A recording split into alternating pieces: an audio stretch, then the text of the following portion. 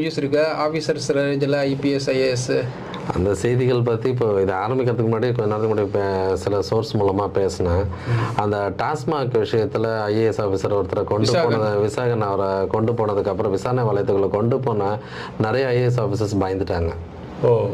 So senior IAS ஆஃபீஸர்ஸே பீதி ஆனானே young IAS officers பீதி அடைய ஆரம்பிச்சிட்டாங்க.